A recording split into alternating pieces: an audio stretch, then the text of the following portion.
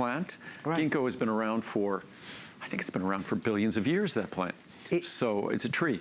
And many of us have seen them and not realized we've seen them. It kind of looks like a cross between a palm tree and a fern. Right. But the ginkgo tree is, ginkgo extract is something that's been talked about in terms of memory and mental function traditionally for centuries, for thousands of years. And we are, for those wanting to know when it's happening in about 35 minutes from now. It will be on I thought we were going on to now. No, I know, because people were asking about it, Andrew. I didn't want to throw you a curveball there. Yeah, and that's a product, our ginseng and ginkgo product, that has been put together because those were, historically here in America, the two most popular sort of botanical herbal tonics. Right. So we'll talk that, and ours is, it's just incredibly affordable too.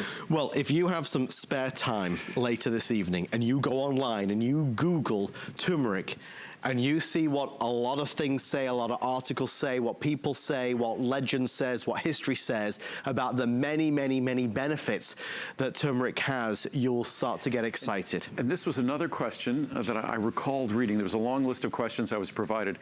I recall reading this question that turmeric, someone was told turmeric has to be taken with black pepper to be beneficial. Black pepper spice, which is piperine. Yes, black pepper spice does enhance the bioavailability of turmeric. And turmeric inherently is not bioavailable. It's really poorly absorbed. It's a great spice. When you cook with it, you complex it with fats, you make it more bioavailable.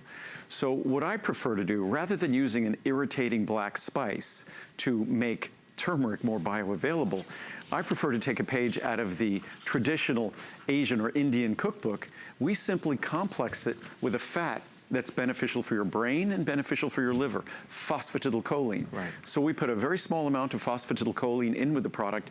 At low temperatures, we sort of cook it at low temperatures with the turmeric, and it makes the turmeric about 3,000% more bioavailable. You need to do something to make turmeric more bioavailable because it inherently is not. So you could start with the best extract of turmeric. It could be 95% curcuminoids because curcuminoids are the beneficial compounds in turmeric. But at 95% curcuminoids, if you don't do something to enhance its activity, it's really going to be terribly absorbed. So there's many of us that are excited about turmeric products that are out there, and I really want to kind of dig into this for a second. We're excited to take a turmeric product, but are you taking the right product? Andrew, when you say bioavailable, what does that mean? Bioavailable means it's more than sticking an ingredient in a bottle, in a pill, in a capsule, and even sticking that ingredient in your mouth. Right. Once you swallow it, what's going to happen? And as a manufacturer of a supplement, that manufacturer should know that the ingredient that they're delivering is going to be bioavailable.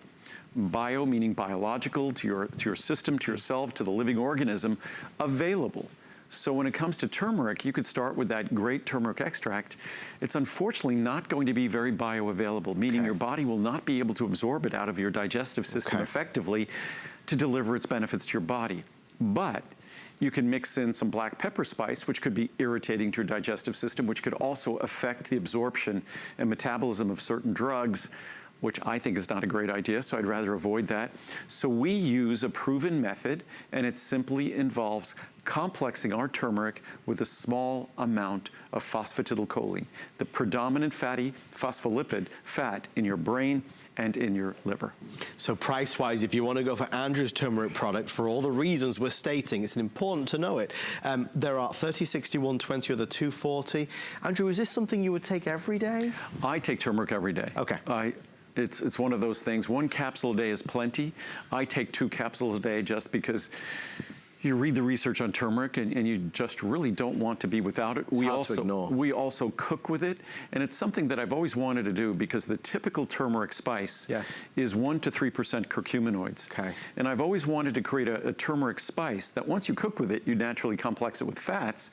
I always wanted to create a standardized turmeric spice that would be more like 40 or 50% curcuminoids. So it could have 10, 15, 20 times the curcuminoids. So it would become a really, really powerfully beneficial turmeric spice. So one of these days we might have that available as well. Well, please do, if you have a chance, look up turmeric and all the benefits of it. I think you'll be highly impressed. And I remembered reading another question earlier today. Please. Someone had asked with our Friendly Flora and our Ultimate Friendly Flora, why we tend to make smaller sizes of those products. And even on a today's special, the largest size we'll ever make is about 240 capsules or so.